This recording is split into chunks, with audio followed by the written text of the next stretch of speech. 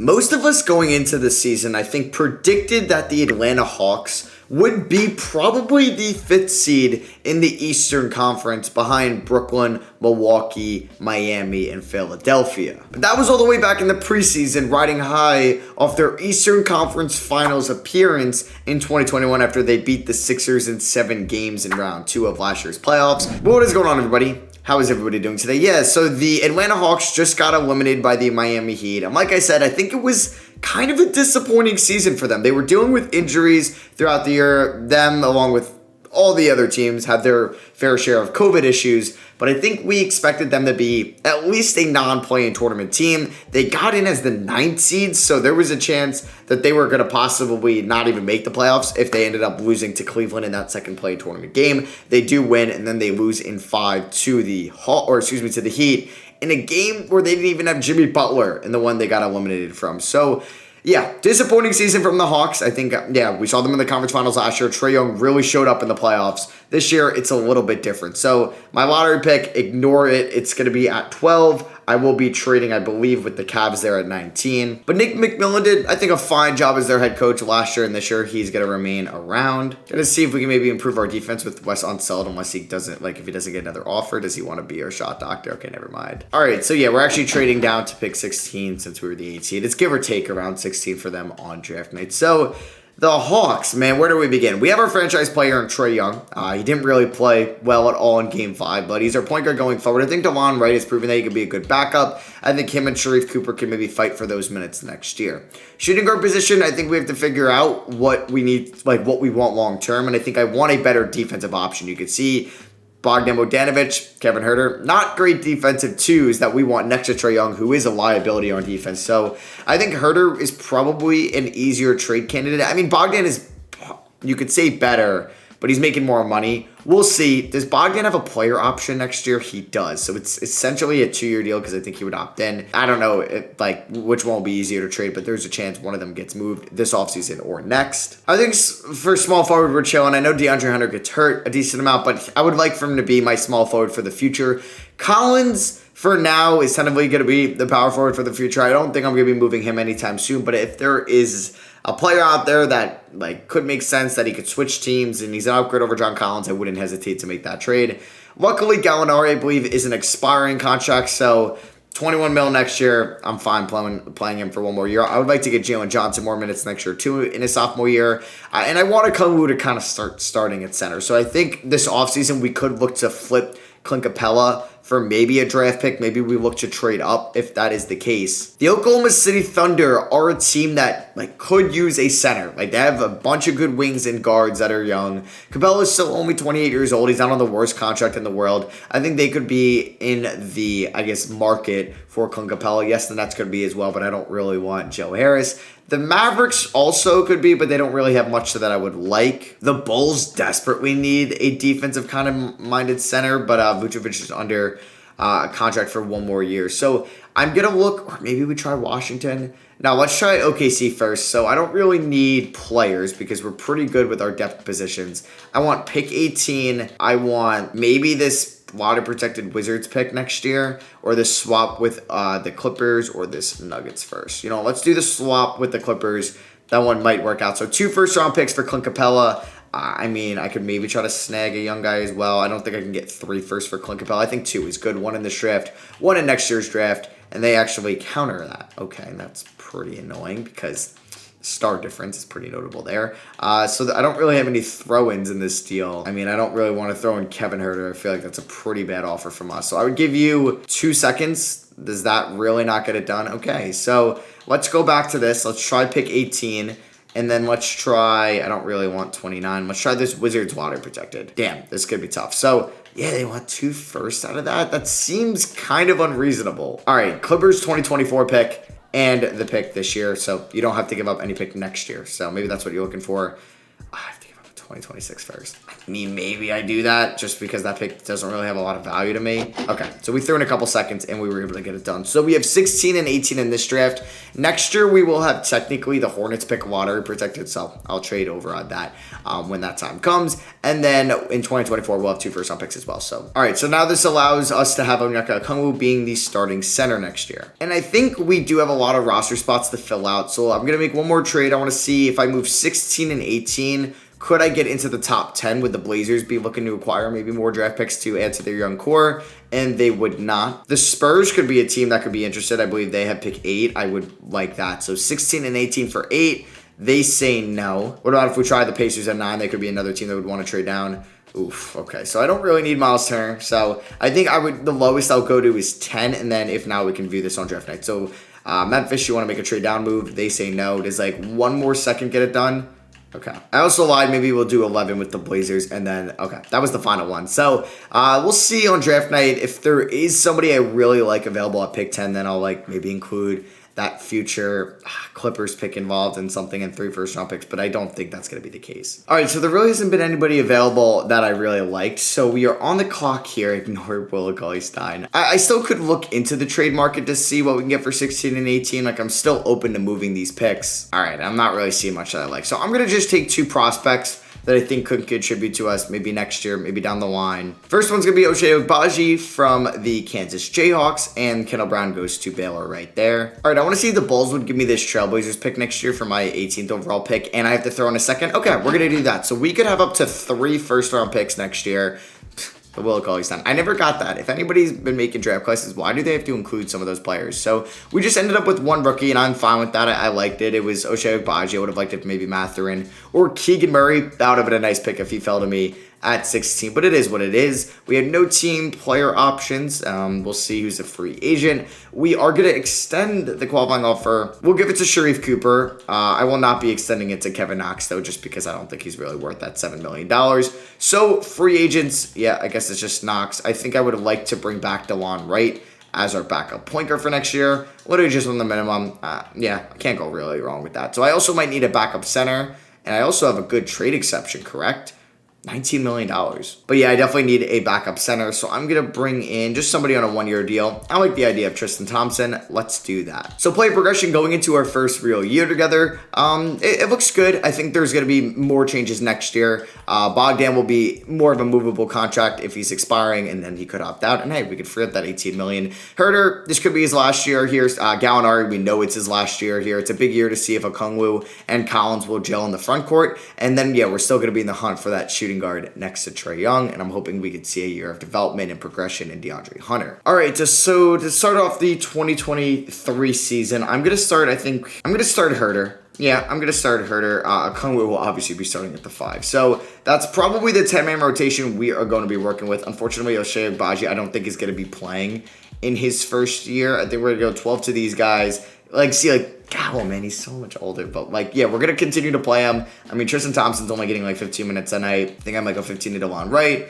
Let's go 27 to Bogdanovic. Let's go 29 to Okongwu. 33 to Collins. I think I would like to maybe get maybe 27 there, 34, and then 31 to Hunter. We are going to roll with that. System proficiency is going to be 4-star perimeter centric.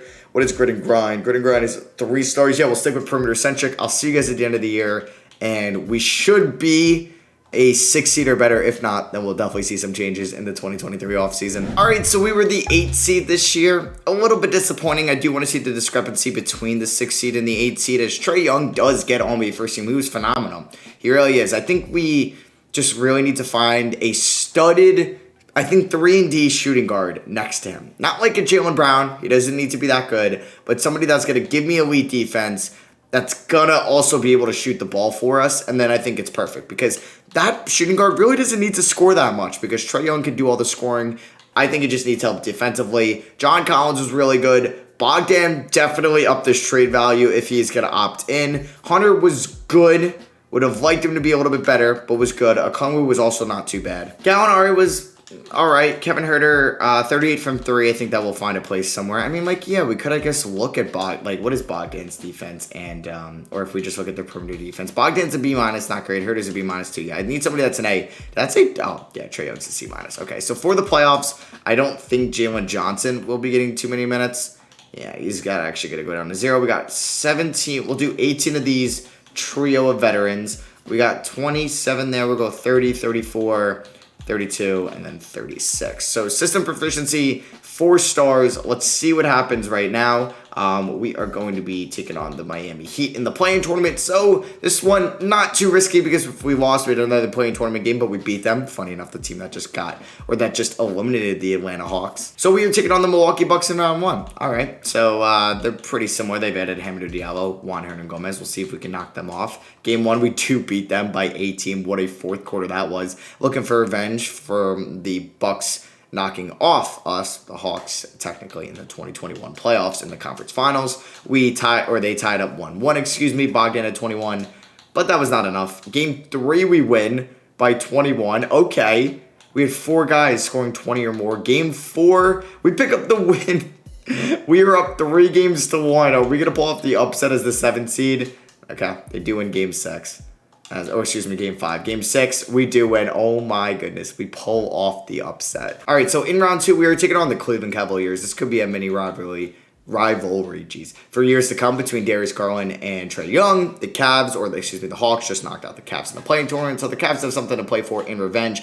This is a good sign though. Trae Young played poorly, shot 4 for 17 from the field, 4 for 12 from 3, which isn't the end of the world, 9 for 10 from the line. Not a great night, but we won. We ended up winning by 6 points as well. Okay. Game 2, we do win. Let's go by 9. All right. Trae Young with 36. Yeah, because he could do just that. Game number 3, we do pick up the victory. It is nice to have a 2K cheat code on your team. There is a couple of them. Like, it's funny. I'd rather have Trae Young on my team in 2K than Kevin Durant or Kyrie Irving. You have pretty much Cade Cunningham, Trae Young, I would say, not even Giannis when it comes to winning. Those two, I would say Tatum, and then it comes to like Zion, and then I don't know, but the Warriors have been so good in the simulation lately, so gotta watch out for them as the Cavs are going to get gentlemen swept by us. So now in the conference finals, we have the Boston Celtics, a team that owned me in the last Nets rebuild. Yeah, so like I'm not really getting my hopes up, but we do beat them by game 3 by 3 in game 1. Game 2, we do lose by 7. Fully expect to lose to this team, but I'm very happy with the conference finals appearance. This would be our second conference finals appearance in 3 years if you count the one in real life from 2021. Game 4, we do lose, and game 5, yeah, we get gentlemen swept. I hate Boston. They just always win. It's not fun, 2K. But here's to a good off season. I think we can kind of roll with the Collins-Okongwu front court. I just need to find that guard next to Trae Young. So that Hornets pick, I think, technically becomes lottery protected. So yeah, that pick's at number 4 anyway. We have the Knicks pick, which like in this game, which will technically be at 5. Oh, would you look at that? But no, this is from the Cam Reddish trade, and I'm not going to give myself that pick. So we have 11 from the Trailblazers, and our pick's at 18. That's not bad. So let's just go to the Hornets. Your lucky day. You're going to have 2 top 5 picks. I need your pick next year. We'll do top 10 protected. So yeah, let's agree to that. So McMillan is still good. Okay, we're chilling. It is the 2023 NBA draft. We currently have picks 11 and 18, and then we have that Hornets pick next year and that Clippers pick next year. So if we were going to be in the market to make a trade for a shooting guard, I don't really know. I mean, Paul George would be something else. Clippers could be looking to rebuild. I would have said like maybe a few years ago, like Victor Oladipo would have been perfect, but Oladipo's not really the Oladipo of old. That Paul George one is interesting because we're still like an okay market. Atlanta, it's not the smallest market in the world. He's 33 years old. The Clippers might be heading in the different direction, and they need to kind of start rebuilding. So Paul George would provide me excellent defense. He could score 20, 19, 18 a night for me. That is fine. That really is fine. So looking at maybe some of the top defenders, yeah, Klay Thompson, Donovan Mitchell, not going to be able to get on Paul George. So if I was going to look at anybody a little bit cheaper, DiVincenzo might be also a great fit. Marcus Smart, I think we were talking about as a big fit for them last year to go out and get. But yeah, I'm going to try Paul George. So if we trade Finder, Kevin Huerter, and 11, I'll also give up 18 as well. I feel like that's a lot for, I mean, yeah, I'll be nice to them, giving them that. So Kevin Huerter, they really value him. They're going to give 11 and 18. That's fine with me. So boom, we make a trade. I'm going at Boston. I need to build a good team to beat the Celtics in 2K. So Bogdan opts in, which I'm fine with for him to be the sixth man. Picking up the team option on both these guys. We're going to pay DeAndre Hunter a lot of money this offseason. Gallo, I'm going to let walk. I think for point guard, we do need another backup. I will bring back DeLon Wright. I mean, he cost nothing. We could also look to bring back Tristan Thompson as well. I think they were both viable options for us last year. And then I guess with Gallo leaving, we could play more minutes to maybe Ochai Agbaji or Jalen Johnson. So Hunter, let's pay him a lot of money. Not actually too much money, so we are going to get him back on that deal. Play progression, Trae Young, 92 overall, George, 89, Collins, 86, Hunter, 82, Kongwu, 81. All right, so I think... wait, what is Paul George at? No, it's the Summer League roster, so I can't even look at that. Okay, so the team is going to be Trae Young, Paul George, DeAndre Hunter, John Collins, Onyeka Okongwu, and yeah, there's going to be somewhat the bench, or of what the bench is going to look like. I would like to play Ochai Agbaji. We'll give him 10 minutes tonight. We're going to go about 15, and we'll go 17 to Jalen Johnson. I'm going to go about 15 to Tristan Thompson for the regular season. 17, yeah, to Jalen's fine. We'll go 27 to Bogey. Let's go 29 to Okongwu, 32 to Collins, and then I would like to maybe go 33, 35, and then I got to find a way to give 3 more minutes to Hunter. So we're going to take 1 from here, and then I think 2 from there. So, yeah, this is what we're going to be rolling with. I don't know if, this is the correct... Okay, we're 4.5-star perimeter centric. I have to roll with this. And there we go. The addition of Paul George helps us get the #1 seed in the Eastern Conference. I'm just hoping Boston's on the other side of the bracket so we don't have to face them till the conference finals. So we get no Hawks on the All-NBA first team. I was hoping maybe we were 1-seed Trae Young would have snuck out an MVP award. He does get on All-NBA second team. Yeah, his points per game drop. That's expected. We added Paul George. But hey, 9.7 assists. What a... oh my God. 68% true shooting. 47 from 3, 92 from the line. Just incredible stuff from him. We are probably not going to get any other Hawks. We do get Paul George and All Defense first team. That's perfect. 50, 40, 90, 25, and 5, and is playing elite defense to help out our liability on defense in Trae Young. That is the perfect player we could have added last offseason. So after the play-in tournament, we are going to be taking on the Cavs. So we have, I guess, owned the Cavs since they just beat them in real life. We beat them last year. We should beat them again this year. Taking a look at this season's stats, we can see Collins, 16. His numbers dropped a little bit. Hunter, really good. Career high in points. After adding Paul George, that's pretty nice. I re-signed Bogdan Bogdanovic to a 1-year, $4 million deal. I think that's a steal for what he's been performing. So yeah, pretty good stuff all around from the team. I think Ochai Agbaji is probably going to be the odd man out for the playoffs, even though he was pretty solid in the 10 minutes he played throughout the year. So I'm going to go 16 of these guys. I think I would like to go 33, 31, 30, 35, 36. We're going to roll with that. We are 4.5-star perimeter centric. So this is a series we should sweep, but the Cavs actually, they do get respectable in the simulation. So we do win game 1. All right, I think we can comfortably relax here and just possibly sweep them. Okay, 2-1. Of course it's 2-2. If we went down 3-2 in round 1, I think I would have cried. And okay, didn't mention it before, but we have Boston in round 2. You know what? If we can't beat Boston here, then we don't deserve to be here. Kind of like maybe that mindset from Boston recently. They weren't scared to face Brooklyn in round 1, and hey, they proved that they can win it all this year with their round 1 performance sweeping them. So Boston, not Derek White, Robert Williams, Marcus Smart, obviously all great defenders. Peyton Pritchard, Grant Williams, they don't scare me too much in this game, as we do win game 1 by 4. We won game 1 last year against them, so I'm not getting my hopes up. We win game 2. We did not do that last year. Trey's going off. How's Paul George playing in the playoffs? Pretty good. Pretty good. All right, game 3, we lose. Game 4, we win. Game 5, we win. Let's go. We beat Boston, and we're going to the conference finals to take on the Milwaukee Bucks, a team we beat last year as a 7th seed without Paul George. We literally added Paul George, and we should beat them in the conference finals. And, of course, since we should beat them, we're not going to. We're up 3-2. I'm not buying it. Okay, I can buy it now, as we end up winning in 6. Trae Young with 49 and 8 in Game 6. Yeah, it's nice to have a 2K cheat code on your team. And we're taking on the Blazers here in the NBA Finals. We have Lillard, Anthony Simons. Okay, this should be a sweep. If this Blazers team, who are a 7th seed, beat me in the finals, I don't even know what I'll say. Okay, we're up 2-0, 3-0, and let's go. That's what I'm talking about. Paul George, what an addition he was to this Hawks team. This would probably not happen in real life.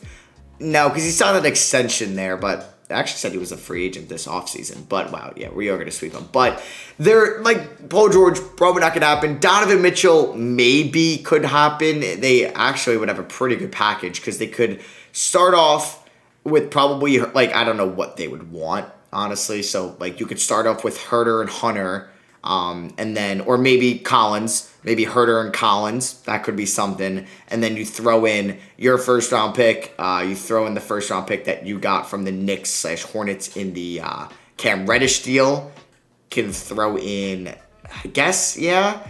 I don't know. And then, like, you're going to have to give up, like, 3 of your first round picks as well. But, like, John Collins, like, if, say, the Knicks offer Julius Randle and young guys, and you offer John Collins, like, you offer John Collins and DeAndre Hunter, and, like, draft picks, the Jazz would be kind of silly not to take that. And then, like, you can, like, maybe take Capella and do, like, a 3-team trade or Kongwu and something like that since you have Gobert. But, yeah, that could definitely rival, like, a Knicks offer if the Knicks were to offer, like, Randall and Toppin/Quickly, Grimes, Reddish, like, 3 of those guys. And then, like, multiple first-round picks. I don't know. I'm just kind of shooting stuff out there. But, yeah, Paul George, just the perfect guy next to Trae Young, I think, 100%. Because he can kind of still be a 1 because Trae Young is such a good facilitator. And, like, I don't know, Kawhi and Paul George's play styles hasn't really amounted much yet in LA. They blew a 3-1 lead in the bubble in round 2. And last year was without Kawhi, where they kind of made it to the conference finals, and we saw playoff P, and we saw pandemic P the year before. So, yeah, I think Paul George on Atlanta would be fun. And I feel like he could be in Atlanta, dude. He's going to heat check it from the logo. Oh, that would have been sick. All right, Trae Young logo time. I kind of want to take it.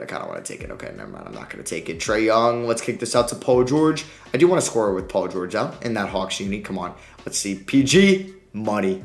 All right, 2K's taking their time, just not giving me my my VC earnings. What the hell? 2K's literally the worst with this. Like, I feel like I have to, like, restart my game now. Okay, definitely don't have to restart my game, but yay, there we go. I didn't know if I had to, like, simulate the game again, but Trae Young gets Finals MVP. That was nice because in the Nets rebuild, I didn't succeed, and I don't know if you guys are seeing the Hawks rebuild next, or you're going to see maybe an elimination Nuggets or an elimination Bulls rebuild first. I think you'll probably see this first. So this was a nice win after not succeeding in the Nets rebuild. So yeah, thank you all for watching. Drop a like if you did enjoy. You guys might see a Nuggets rebuild or Bulls rebuild soon. I'm recording this right after the Hawks lost, so I don't know. The Bulls, without Levine, I don't think they're going to extend the series. The Nuggets definitely can. And then we'll see if the Sixers can hold off the Raptors. I think the Suns are currently beating the Pelicans right now. And the Timberwolves, I believe, are up 3-2 on the Grizzlies. I could be wrong, but yeah, that's kind of crazy to say. So thank you all for watching. I love you guys. I'll catch you on the next one.